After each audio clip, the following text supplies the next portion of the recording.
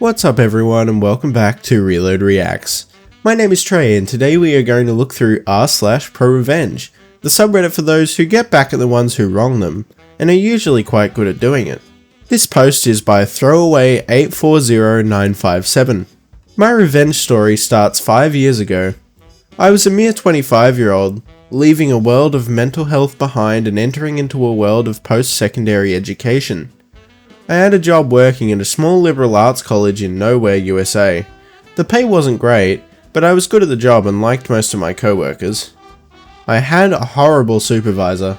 He refused to train me and instead left it to the most senior worker on staff. This person was not only the husband of a boss's boss, direct report, he was also the relative of several other higher-up workers on campus. He believed he was untouchable and so did everyone else. He was at first kind, engaging, and all too happy to help train me. Twice my age and severely obese, it soon became clear to me that he was a narcissist. Thanks to my mental health background, this type of personality was easily detectable. He told me that I had a nice T and A. I had to look up what this meant. He tried to grope me in the break room, hallway, or other areas. He smacked my A, would rub against me when passing in the hallway, and constantly asked if I thought he was the best counselor that existed in the world. He would claim he was too hot to actually have to work. He skirted policy, ignored phone calls and emails, and still somehow talked outside offices into believing that he could get things done within the office and should be the go-to person. Others in the office informed me that he would say actual things to and about students and other colleagues, but it was never reported. I was too new and realised that he was too connected to complain to my actual supervisor. I decided to take matters into my own hands. I knew that my director was nearing 70 and would soon to be ready to retire. The assistant director, my boss, was worthless and would never be advanced. My narcissist would always try for a director position, but he lacked the experience and education needed. My director left 2 years into my career at this university. I waited to reply, as I knew that a joker would be transitioned out of one department and into mine. Making friends in other departments is helpful. He lasted a year as our new director, then left quickly for a higher position at another university. The second time the director job became available, I applied. The assistant director, who had been at the office 12 years, also applied, as did Narcissist. I waited for my boss's boss to let me know that they would like me to apply, and I did. I got the job as director. I only applied to get rid of the assistant director and of Narcissist. I have no interest in being a leader of anything, let alone a dysfunctional office and owning a 50-hour-per-week job in a highly complex field. I simply wanted the position to get revenge on Narcissist for his constant harassment and to help my other co-workers, who I knew were always covering for Narcissist and trying to avoid him as much as possible. Assistant director moved on within 4 months. I knew he was looking for another job after being turned down twice for the director position, and I made a few phone calls to get him out of the office. He was toxic as well, but mostly just because he was cynical and lazy. He was not my main target. Narcissist told me repeatedly that I only won director because it was a personality/beauty contest, or because I was hired by men and I had the tease they were looking for and wanted to stare at in a meeting. He started a rumor that I sucked my way to the top. Everyone who knew me knew this was preposterous. Narcissist is the only one who couldn't see how much other people disliked and mistrusted him, and the family connections he brought as baggage. For over a year, I have documented every failure Narcissist has made. He has actually harassed others, slacked off at work, shown up late most days, frequently taken long lunches, and has made a variety of enemies along the way. He had been doing this for 10 years. I have followed procedure and written him up. No one else ever would, due to the awkwardness of family connects and the fact that he is such a nice guy when he is being his narcissist self. To make sure that others bought into my dilemma, I painted him as a nice guy that I really didn't want to discipline, but whom I couldn't figure out and had no idea what to do. Firing him eventually became a goal of others, and no longer my goal. Others finally bought the fact that he was toxic and needed to move on. Those in a higher position realized his devastation and wanted to help me out. Finally, over a year later, he is scheduled to be fired next week. Everyone is against him after some moderate manipulation and realistic presentation of the facts. I felt no guilt because everything presented is accurate, but I couldn't come across like a disgruntled harpy. I had to be nice to him every single day. I had to play a game every day. But eventually, I have reached my goal. Due to the narcissist connections, I had to have the CEO, CFO, HR director, president of the school, and every boss in between sign off on firing him. I did. I can't wait to see his world crash down around him and the look on his face. Here's to hoping he doesn't try to shoot me or stalk me in the days following. I plan to start looking for my new employment soon after he is fired. My work here is done. Give a man some rope, etc, etc. Update. So today was the big day. Narcissist and I initially met in my office and I walked him to the meeting location. He chatted the whole way about how busy the office was today and how he has sacrificed lunch to make sure everything was taken care of, so I shouldn't worry about the office, blah blah. He had no idea what was coming, apparently. When we walked into the meeting area and he saw the sheriff and the other staff were waiting on him, he said, "Okay, this is weird."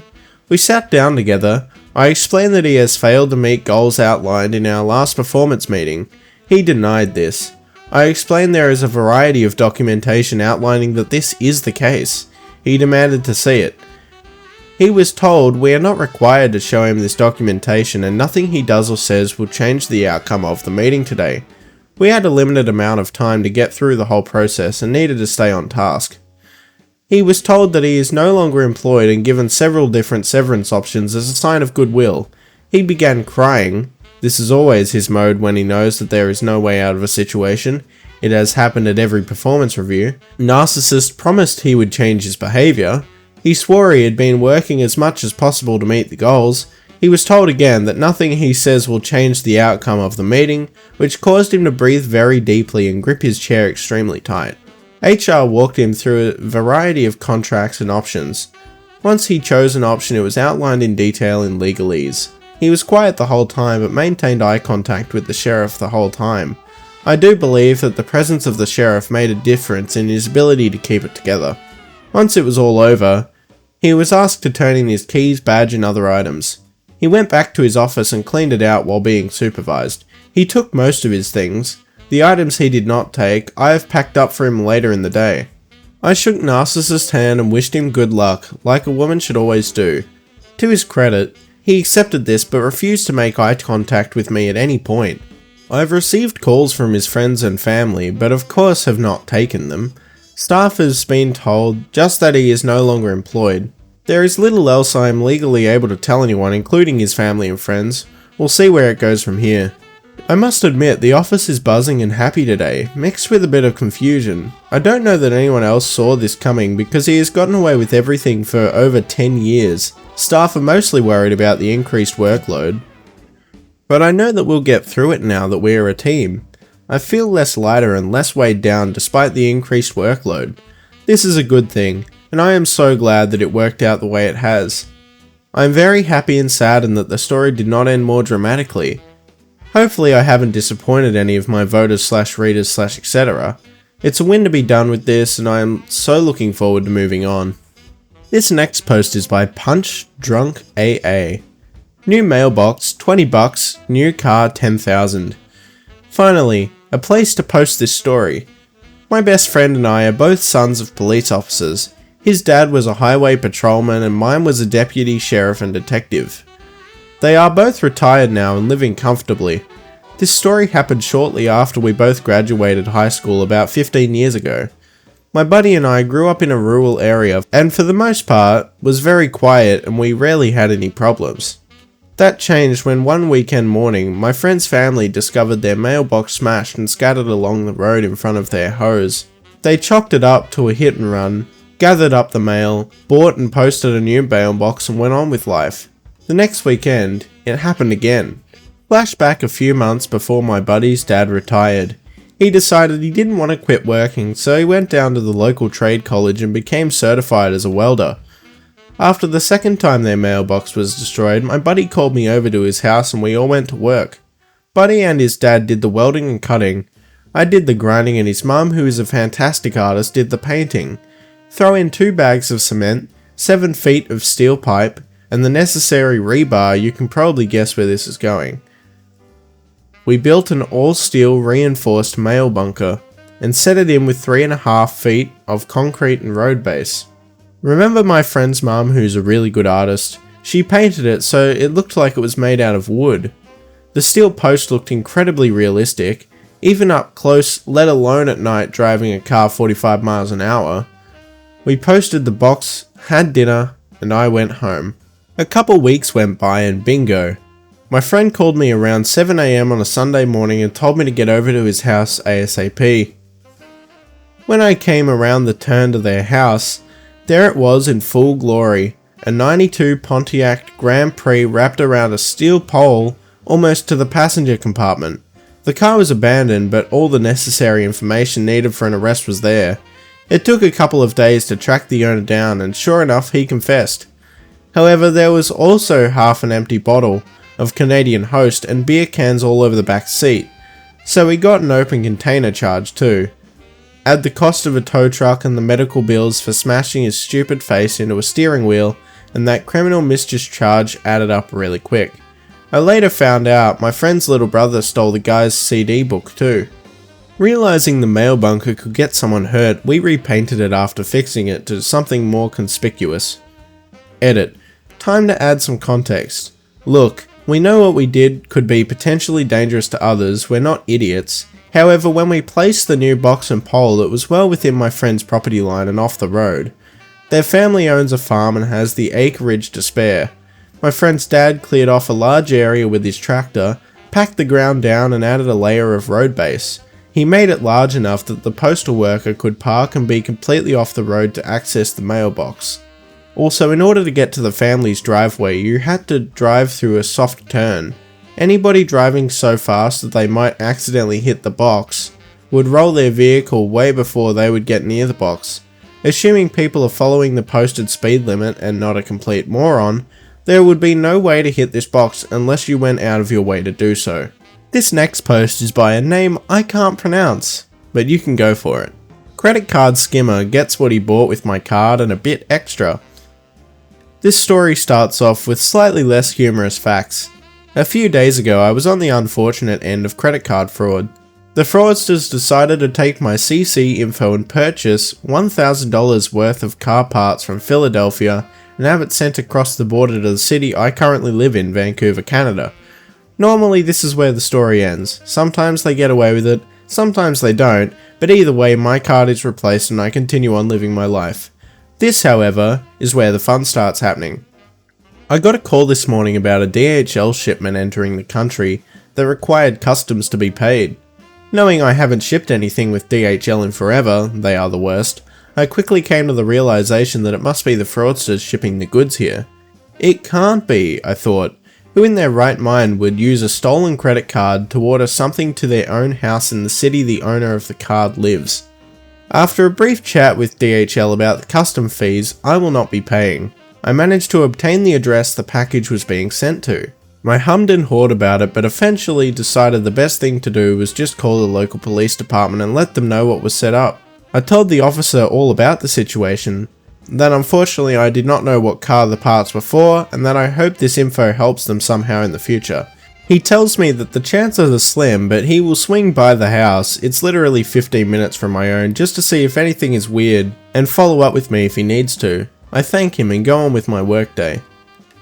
About an hour later I get a call from the same officer, obviously excited. "Hi OP, it's Officer X. You'll never guess what just happened." I was following up on the report and drove by the house. I decided to go knock on the door just to see if anyone was home and ask them a couple questions. A man opens the door and as we were talking, DHL drove up to deliver the package. Yes, that's right, the exact package we had been discussing. The delivery driver walks up to the door and says, "Hi, is OP here?" To which the man replies, "Oh yeah, he's just downstairs." You can imagine my surprise. That's pretty funny, because I just got off the phone with him and I know for a fact he doesn't live here, I said. The guy, no joke, looks me dead in the face and goes, "Oh, whatever, the package is paid for." I chuckled and turned to the DHL driver to tell him he should leave because I need to make an arrest. I'm calling you while I drive back to the precinct, thought it might brighten your day. I still cannot believe that they caught the guy, but thought it was a story that was too good not to share. The top comment reads, awesome. And by saying that the package was already paid for, he admitted to being involved in the whole thing and having knowledge of it. Should be a pretty easy case from there. This next post is by a rock this. Car in a block of ice. For various reasons, I went to a boarding school in Pennsylvania for sophomore through senior year of high school. Nothing criminal, mental health issues and learning disabilities that the regular school was not equipped to handle at the time. One of the dorm monitor guys was a royal a-hole. Any day he was on duty was hell. He would stick you with an on-campus only, aka grounder, for the littlest thing, and complaining about it got you in sight, have to be visible, can't hide in your room even to do homework, etc. until bedtime. Typical I'm in charge bullying BS. One year he got bad news right after we got back from Thanksgiving.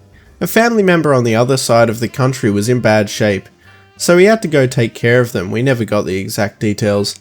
He lived in a seepy neighbourhood and didn't trust his car to be in one piece when he got back, so he asked the school administrators if he could leave his car at the school while he was away for about 6 weeks.